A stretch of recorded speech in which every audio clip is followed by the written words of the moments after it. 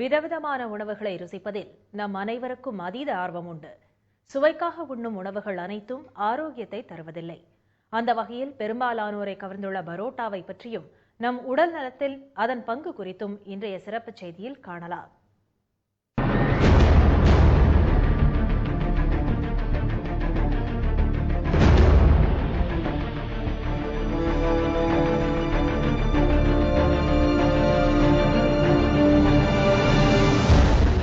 கிராமத்தினர் முதல் நகரவாசிகள் வரை அனைவருக்கும் பிடித்தமான உணவுகளின் விருப்ப பட்டியலில் இடம்பெறுவது பரோட்டா.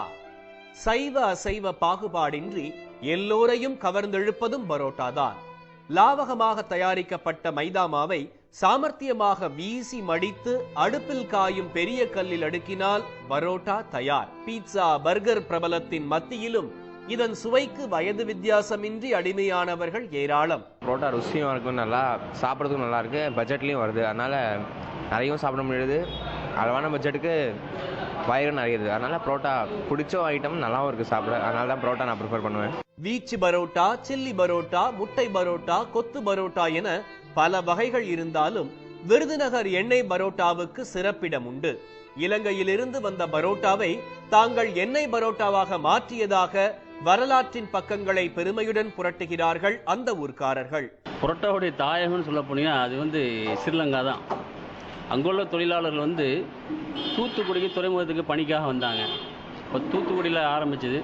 தூத்துக்குடியிலேருந்து தான் நம்ம ஊர் விருதுநகருக்கு புரோட்டா வந்துச்சு. நம்ம மக்கள் எண்ணெயில் பொரிச்சு சாப்பிட்டா எப்படி இருக்கும், வித்தியாசமாக இருக்கும் அப்படிங்கிறனால எண்ணெயில் பொரிச்சு அது வித்தியாசமாக சாப்பிட்டாங்க. அதுவே நாளடைவில் விருதுநகர் புரோட்டான்னு ஃபேமஸ் ஆயிடுச்சு. தமிழகத்தில் பரோட்டா பிடித்திருக்கும் இடத்தை பற்றி சொல்ல தேவையில்லை. ஈரோடு அருகே பரோட்டா சாப்பிடும் போட்டி நடத்தப்படும் அளவுக்கு அது பிரபலம். பாரசீக நாட்டு உணவான பரோட்டா பல்வேறு நாடுகளில் பிரபலம் அடைந்திருந்தாலும் இந்தியாவில் தான் அதிக பிரியர்களை கொண்டிருப்பதாக கூறப்படுகிறது. ஏராளமான சிறப்புகளை கொண்ட பரோட்டா மைதா மாவில் தயாரிக்கப்படுகிறது. மைதா மாவு முதலில் குதிரைகளுக்கும் கழுதைகளுக்கும் வழங்கப்பட்டது என்பது நம்மில் எத்தனை பேருக்கு தெரியும்? புரோட்டாங்கிறது நம்ம நாட்டு உணவே கிடையாது.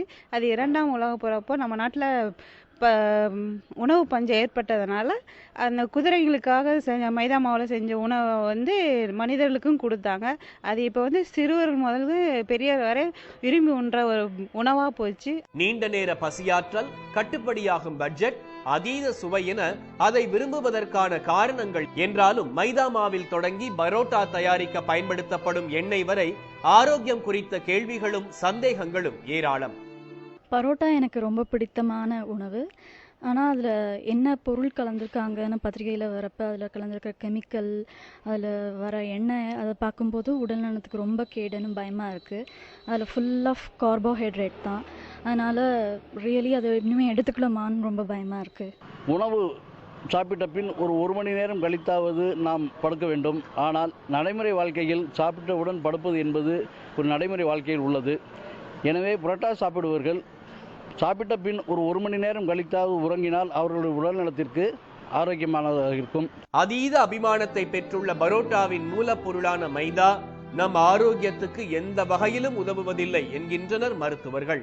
கோதுமையை சுத்திகரித்து அதில் சில கெமிக்கல்ஸ், பென்சாயில் பெராக்சைடு அப்படிங்கிற சில கெமிக்கல்ஸு, கேஸு, ப்ளீச்சு, இந்த மாதிரி சில இதெல்லாம் யூஸ் பண்ணிவிட்டு அதில் இருந்த கலரை ரிமூவ் பண்ணணும். அதே மாதிரி அதில் இருக்கிற நார்ச்சத்தை எல்லாத்தையும் வெளியில் எடுத்துட்டு நம்மளுக்கு மாவுச்சத்து மட்டும் கொடுக்குறாங்க. அதுதான் உங்களுக்கு மைதா அப்படிங்கிற பேரில் நம்ம சாப்பிட்டுட்டு இருக்கோம்.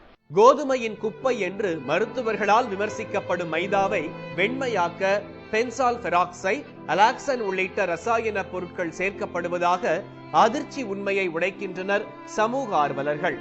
இந்த ரசாயனங்கள் எதற்கானவை தெரியுமா? அதையும் அவர்களே கூறுகிறார்கள். இந்த பென்சாயில் பெராக்சைடு என்பது நம்ம ஒரு மருந்தாக பயன்படுத்துகிறோம். சாதாரணமாக ஒரு ப்ளீச்சிங் ஏஜென்ட்டாக பயன்படுத்துகிறோம். ஹேர் டையில் கூட இருக்குது. இதோட கூறுகள்லாம் இருக்குது. இது it's purely a chemical. Alloxan என்று சொல்லக்கூடிய அந்த ஒரு கெமிக்கல் இவங்க சேர்க்கலைன்னா கூட இவங்க சேர்க்கக்கூடிய மிச்ச பொருட்கள் மூலமாக அது உள்ள உற்பத்தி ஆகிறது. பரோட்டாவின் சுவைக்காக சேர்க்கப்படும் அஜினோமோட்டோ உலக நாடுகளில் தடை செய்யப்பட்டது என்றால் நம்ப முடிகிறதா?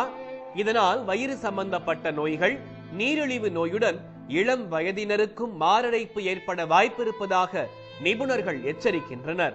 இந்த அலாக்சன் நம்மளுக்கு இந்த மைதால இருக்கிறனால கணையத்துல இருக்கிற பீட்டா செல்ஸ் அப்படிங்கிற இது அழிச்சிருது. ஸோ இந்த பீட்டா செல்ஸ் தான் உங்களுக்கு இன்சுலின் அப்படிங்கிற ஒரு ஹார்மோனை சுரக்குது. ஸோ இன்சுலின் ஹார்மோன் நம்மளுக்கு கம்மியாகிறனால சின்ன வயசுலேயே சுகர் வரதுக்கு பாசிபிலிட்டிஸ் அதிகம். சுகர் மட்டும் கிடையாதுங்க, இதில் கிட்னி ஸ்டோன்ஸ்க்குரிய சான்சஸ் அதிகம். லிவர் ஃபெயிலியர் ஏர்லி ஆன்செட்லேயே வரலாம். எது எப்படியோ எந்த மாற்றமும் நடைமுறையில் உடனடி சாத்தியமல்ல.